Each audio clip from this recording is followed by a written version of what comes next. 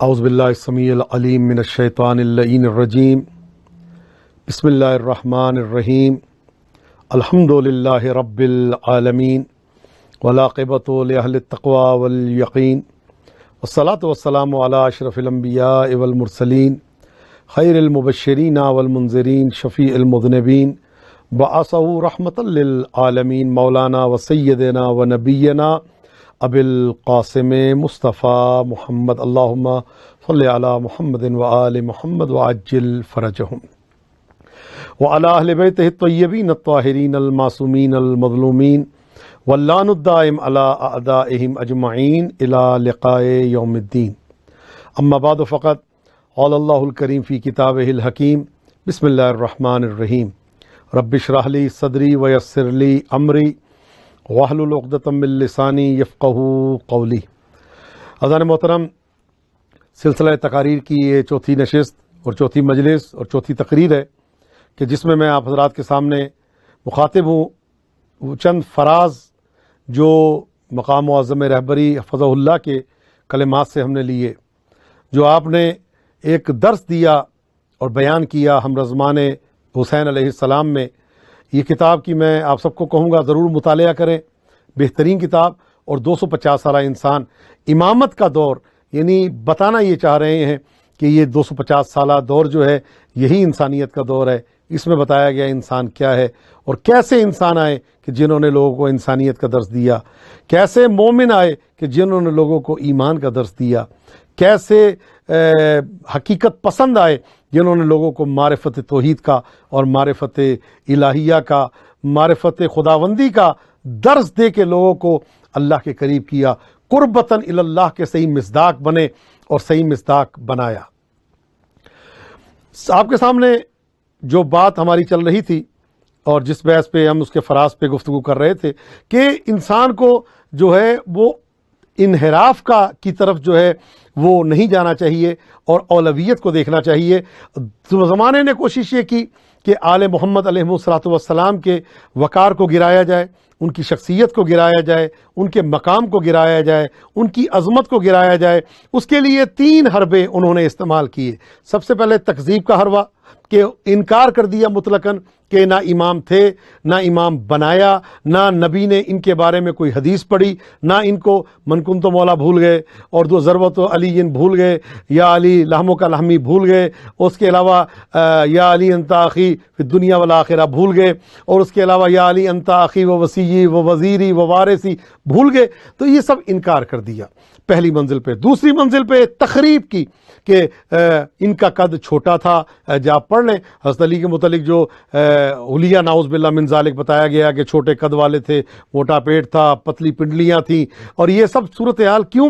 حالانکہ آپ یہ دیکھیں کہ پورے خاندان بنی ہاشم میں حضرت ہاشم قد بلند تھے، اور اس کے علاوہ حضرت ابو طالب کا قد بلند تھا، اور پھر حضرت عباس سے علمدار ان کا قد بلند تھا، اور درمیان میں مولا علی کے قد کو چھوٹا اور پست دکھانے کی کوشش کی گئی، تخریب کی گئی شخصیت امام کی، امام کو گرایا گیا۔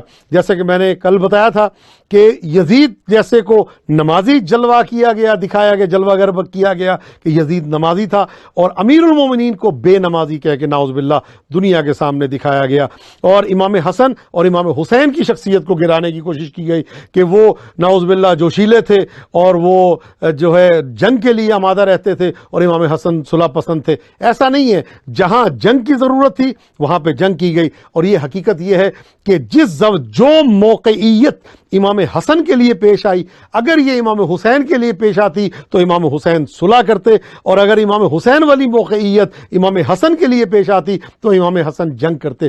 چونکہ امام دین کو دیکھتا ہے، امام اسلام کو دیکھتا ہے، امام فکر انسانی کو دیکھتا ہے کہ انسانیت کو کس چیز کی ضرورت ہے، حقیقت کس چیز پہ ہے، اور شریعت کس چیز کی متقاضی ہے، تو اس چیز کو دیکھ کے امام علیہ الصلوۃ والسلام فیصلہ کرتے ہیں۔ تو امام کو گرانے کی کوشش کی گئی، اور آخر میں اس کے بعد پھر تحریف کی گئی شخصیت امام کے متعلق کہ امام کو کس طریقے سے تحریف کہ امام کے مقام کو گرایا گیا، کبھی امام کو صلح پسند اور اس طرح سے باتیں جو میں نے آپ آپ کے سامنے بیان کی، ان کو گرانے کی کوشش کی گئی۔ جب کوئی حربہ کارآمد نہیں ہوا، نہ تخریب کر سکے، نہ تکذیب کر سکے، نہ تحریف ان کی کامیاب ہوئی، دنیا نے نہیں مانا، تو اس کے بعد آخری حربہ کیا ہے کہ قتل کر دیا جائے۔ کبھی تلوار سے قتل کیا گیا امام امیر المومنین کو اور امام حسین کو، اور باقیوں کو زہر دغا کے ساتھ شہید کیا گیا، اور یہاں تک کہ ایسا شہید کہ امام حسن کے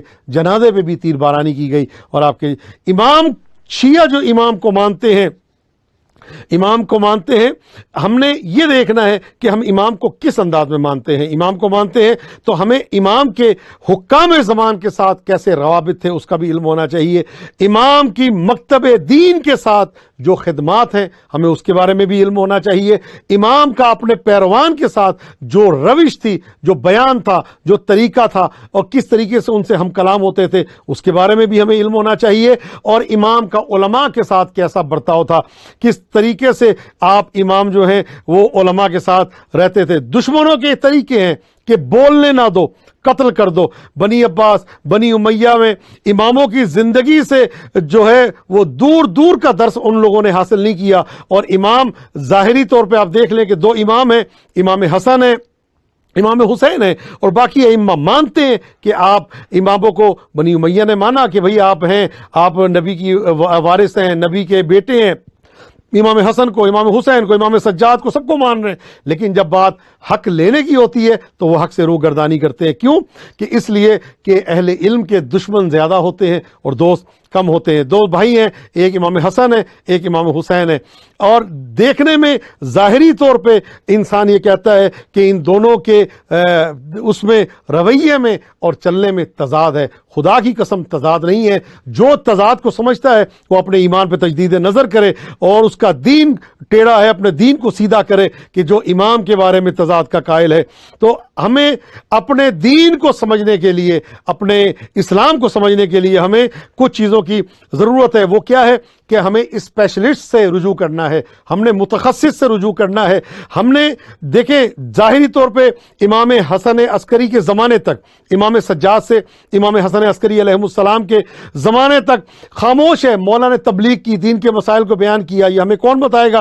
ہم نے ایک متخصص کی طرف، کہ جو دین کو سمجھنے والا ہے، جو دین کو جانتا ہے اور دین کا جو ماہر ہے، اس کی طرف ہم نے رجوع کرنا ہے، جو ہمیں ضرورت فقہی، طبی، اقتصادی، سیاسی اس چیز کو ہمارے سامنے بیان کرے۔ اور یہ کون بیان کرے گا؟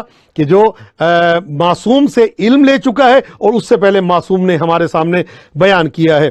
انسان سمجھنے کے لیے دو فہم کو اپنے سامنے لے کے آتا ہے، ایک اپنا ذاتی فہم اور ایک غیر کا فہم۔ اپنا ذاتی فہم لے کے آتا ہے، اپنے ذاتی فہم میں کیا کہ انسان اپنے کو خود حجت سمجھتا ہے کہ بھائی جو میں سمجھ رہا ہوں وہ بہترین سمجھ رہا ہوں، جو میں نے جانا ہے وہ بہترین جانا ہے، جو میں نے پہچانا ہے وہ بہترین پہچانا ہے، جو میں علم رکھتا ہوں وہ بہترین علم ہے۔ انسان جب اس منزل پہ آتا ہے تو عجب اور خود پسندی کا شکار ہو جاتا ہے، اور جب خود پسندی کا شکار ہوتا ہے انسان تو گمراہی اس کے آس پاس آ جاتی ہے۔ انسان جب خود پسندی کا شکار ہوتا ہے تو انسان گمراہی اس کے ساتھ کھڑی ہوتی ہے۔ تو یہ پہلی چیز ہے کہ انسان جب خود پسندی کا شکار ہوتا ہے، معصوم فرماتے ہیں، امام باقر علیہ السلام کا فرمان ہے کہ من افتى الناس برأیہ، کہ جو لوگوں کو اپنی رائے سے فتویٰ دے، اپنی رائے سے، اپنی مرضی سے، تو اس کو اپنی جگہ جو ہے وہ ڈھونڈ لینی چاہیے۔ جہنم میں وہ کہاں جائے گا اور جہنم کے کس کونے میں وہ رہے گا۔ انسان جب خود پسندی کو اپناتا ہے، امام فرماتے ہیں امام باقر علیہ السلام، تو یہ وہ بندہ ہے جو جاہلانہ طور پہ اللہ کی عبادت کرتا ہے، عبادت اللہ کی کرنا چاہتا ہے لیکن جاہلانہ طور پہ۔ اور یہ وہی بندہ ہے کہ جو اللہ کی موافقت کرنا چاہتا ہے لیکن اللہ کی مخالفت کر دیتا ہے، بعض اوقات حلال کو حرام کر دیتا ہے اور بعض اوقات اپنے ذوق باطل میں حرام کو حلال سمجھ لیتا ہے۔ اور یہ وہی چیز ہے کہ انسان یہاں پہ جب عالم کی بات آتی ہے تو عالم کے لیے فرمان ہے، عالم کا سونا جاہل کی عبادت سے افضل ہے۔ جاہل ساری رات عبادت کرے اور عالم ساری رات سوئے، اس کا سونا عالم کا جاہل کی عبادت سے افضل ہے۔ کس لیے؟ کہ اس کا سونا جو ہے وہ شریعت کے مطابق ہے، دین کے مطابق ہے۔ دین فہمی کی 4 شرطیں ہیں. پہلی شرط یہ کیا ہے کہ وہ دین جو فہم اصیل ہو, اپنا دین فہمی, جو انسان اپنے دین کو سمجھتا ہے اپنی خود پسندی کے مطابق, لیکن اپنی رائے کو مقدم کرے, فہم اصیل ہمراہ و روایات اور آیات کے ساتھ. اور دوسرا فہم عمیق کہ جو علت اصلی ہے اور اس کے فہم جامع کہ جس کو سب جانتے ہیں. اور چوتھا کہ وہ فہم جو رابطے کے ساتھ ہو, یعنی اپنے فہم میں روابط کو برقرار رکھے. اور دوسرے کا فہم یہ ہے, دوسرے کا فہم کبھی بھی انسان کے سامنے کبھی حجت ہوتا ہے محبوبیت کی وجہ سے. انسان دوسرے کے فہم کو, دوسرے کے ادراک کو, دوسرے کی سوچ کو اپنے اوپر حاوی کرتا ہے ادراک کی وجہ سے اور محبوبیت کی وجہ سے. بھائی فلاں بندہ بہت محبوب ہے, میں نے اس کو اپنا آئیڈیل بنا لیا, اب میں اس کے مطابق چلوں گا. دوسرا کسی کے کہتے ہیں نا کہ کسی چیز کی محبت انسان کو اندھا اور بہرا کر دیتی ہے. اور دوسرا شہرت کی وجہ سے انسان اتنا مشہور ہے تو انسان اس سے جو ہے اپنا آئیڈیل بنا لیتا ہے, اس سے تجربہ حاصل کرتا ہے. کثرت ازدحام کی وجہ سے لوگ کثرت سے کسی جگہ جا رہے ہیں اور وہ بندہ لا یعلمون کی منزل پہ فائز ہے, لیکن انسان اس سے جا کے علم حاصل کرنے کی کوشش کرتا ہے. تو یاد رکھیے گا. اور ایک چیز یہ ہے کہ ہم نے جب اللہ کی اطاعت کرنی ہے تو ہم نے اپنے آباء و اجداد سے نہیں دیکھنا کہ وہ, ہم نے یہ دیکھنا شریعت نے کس چیز پہ عمل کیا. جب یہ قرآن یہ کہتا ہے کہ جب ان سے کہا جاتا ہے دین کی طرف آؤ تو کہتے ہیں ہمارے آباء و اجداد اس پہ عمل کرتے تھے, ہم یہ نبی کی بات کو کیسے مان لیں, رسول کی بات کو کیسے مان لیں. تو ہم نے وہ دیکھنا ہے کہ جس کو نبی نے, رسول نے اور اسلام نے ہمارے سامنے پیش کیا ہے, اور فہم معصومین کہ جس کو علماء نے بیان کیا ہے اس کو ہم نے اپنے سامنے رکھ کے اس شریعت کو پہچاننا ہے اور سمجھنا ہے. وما علینا الا البلاغ المبین. اللہم صلی علی محمد و آل محمد وعجل فرجہم.